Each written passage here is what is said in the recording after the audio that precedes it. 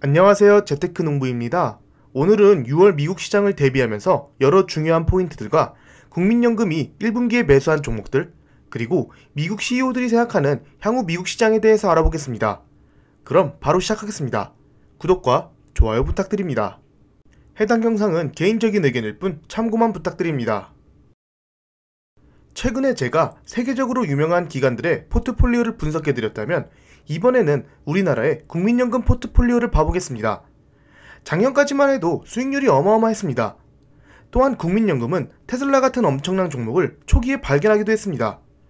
하지만 올해 많은 악재들로 인해 수익률이 마이너스로 돌아섰으며 역시나 시장을 이기지는 못했습니다. 다만 다른 나라 연기금보다 상대적으로 양호하게 하락했습니다. 노르웨이는 마이너스 4.9%, 네덜란드는 마이너스 3.9%, 캐나다는 마이너스 2.9%입니다. 그리고 국민연금은 앞으로 국내 주식을 줄이고 해외 주식 비중을 늘리기로 했는데요. 장기 수익을 높이는 차원에서 이렇게 결정했다고 합니다. 우리나라 주식시장도 잘 성장해줬으면 좋겠지만 객관적으로 봤을 때 미국 시장보다 투자 매력이 많이 떨어지는 듯합니다. 국민연금도 그래서 점점 해외 주식을 늘리는 듯합니다. 참고로 이번 1분기 국내 주식 수익률은 마이너스 5.38%이고 해외 주식은 마이너스 2.98%입니다. 수익률만 봐도 해외 주식을 투자할 이유가 있는 것이죠. 그렇다면 국민연금의 포트폴리오를 봐보겠습니다. 이번 1분기에 가장 많이 매수한 종목은 테슬라입니다. 그 다음은 정유주식인 엑슨모빌과 쉐보론, 네 번째는 아마존이고 다섯 번째는 바이오 주식이자 배당주인 에브위입니다. 반대로 가장 많이 매도한 종목은 자일링스, JP모건, 어도비, EPM 시스템, 로쿠입니다. 포트폴리오를 좀 더 자세히 봐보겠습니다. 역시나 애플을 가장 많이 보유하고 있습니다. 하지만 이번 분기에는 애플을 꽤 많이 팔았습니다. 그래도 그 외 마소나 아마존, 테슬라, 구글, 엔비디아, 메타 플랫폼은 추매한 것을 볼 수 있습니다. 국민연금도 역시 대부분의 빅테크들이 저점이라고 판단한 듯합니다. 그리고 1분기에 많이 올랐던 버크셔에서웨이를 많이 매도한 것을 볼 수 있습니다. 그렇다면 국민연금이 가지고 있는 종목들의 평단가는 어느 정도일까요? 여기 보이는 값은 정확하지는 않고 대략적인 평단가입니다. 애플을 2014년부터 모으기 시작했으며 무려 평단가는 36달러입니다. 마소는 87달러, 아마존은 1301달러이지만 테슬라는 192달러입니다.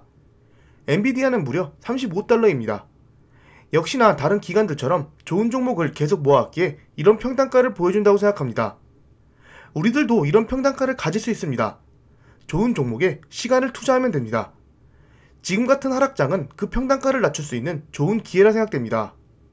조금 더 포트폴리오를 봐보면 리비안을 전량 매도했고 텔라닥도 거의 다 팔았다고 볼 수 있습니다.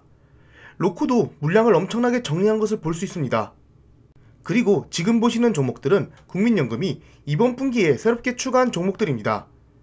그리 많은 양은 아니지만 테슬라를 2014년부터 투자했던 만큼 제2의 테슬라가 여기서 나올 확률도 있다고 봅니다. 저도 자세히 봤는데 딱히 제가 아는 종목은 없었습니다. 지금 보시는 이 지표는 제가 5월 초에 한번 설명해 드린 적이 있습니다. 기관들이 주식을 많이 사고 있나 현금을 많이 보유하고 있나 보여주는 지표인데요. 기관들의 심리가 현재 매수인지 매도인지를 알 수 있습니다.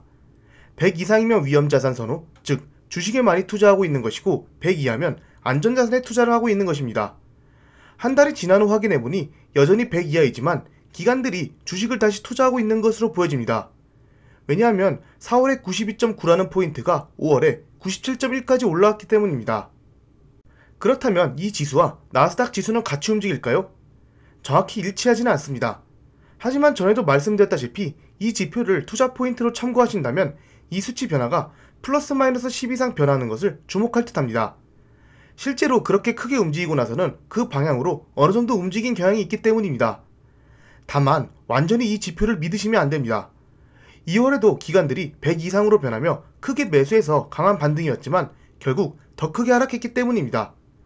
그저 참고 수치이며 가장 중요한 것은 이런 지표로 시장을 예측하기보다 기업의 미래 가치를 분석하셔야 합니다.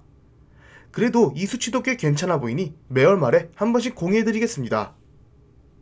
지금 보시는 지수는 CEO 컨피던스 지수로 미국 기업 CEO들을 설문조사하여 현재 미래 경제 상황이 어떻게 될지 CEO들의 의견을 분석한 자료입니다.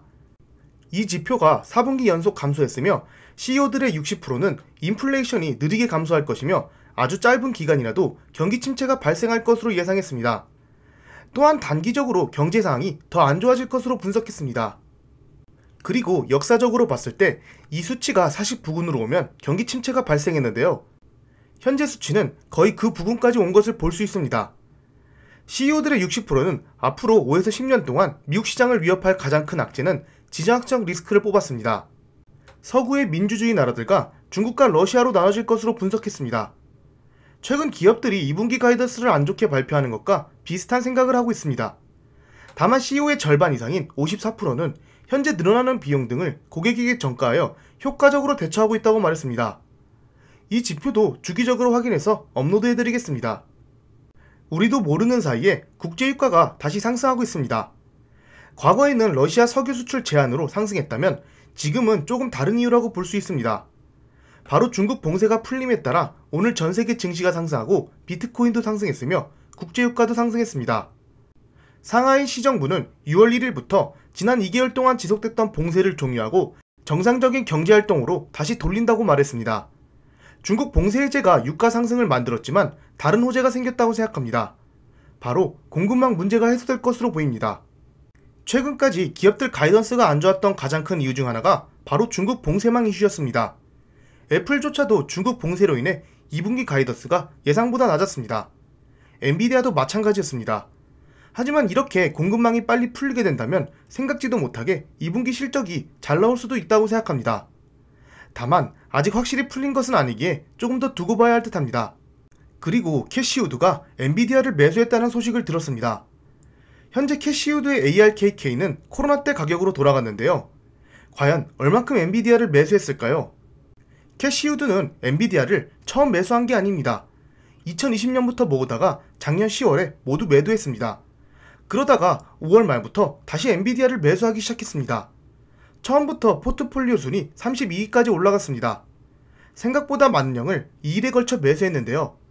최근 엔비디아 실적 가이던스가 안 좋았는데 캐시우드는 기업의 가치는 전혀 하락하지 않았다고 분석한 듯합니다.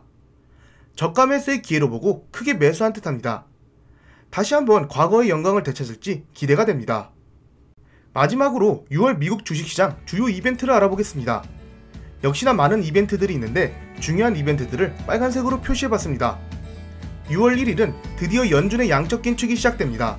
그리고 동시에 중국 봉쇄 해제의 날이기도 합니다. 6월 3일 금요일에는 5월 미국 고용지표가 발표됩니다. 6월 6일은 애플의 세계 개발자 컨퍼런스가 시작됩니다. 일주일 동안 진행되며 아마 이때 새로운 맥북 에어가 발표될 것으로 보고 있습니다. 아마존이 주식 분할하는 날이기도 합니다. 6월 10일 금요일은 인플레이션의 중요한 지표인 미국 CPI가 발표됩니다.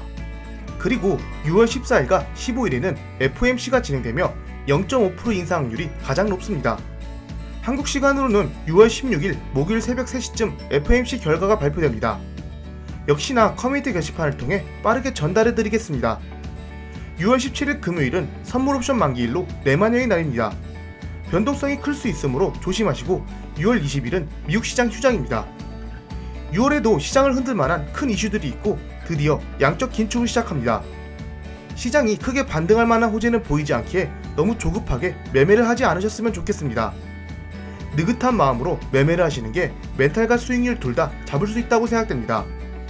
오늘은 월요일인데 미국 시장이 휴장이니 조금은 이상하네요.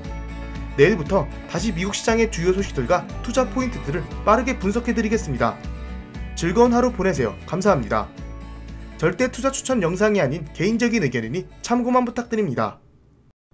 지금까지 제 영상을 봐주셔서 감사합니다. 구독과 좋아요 부탁드립니다.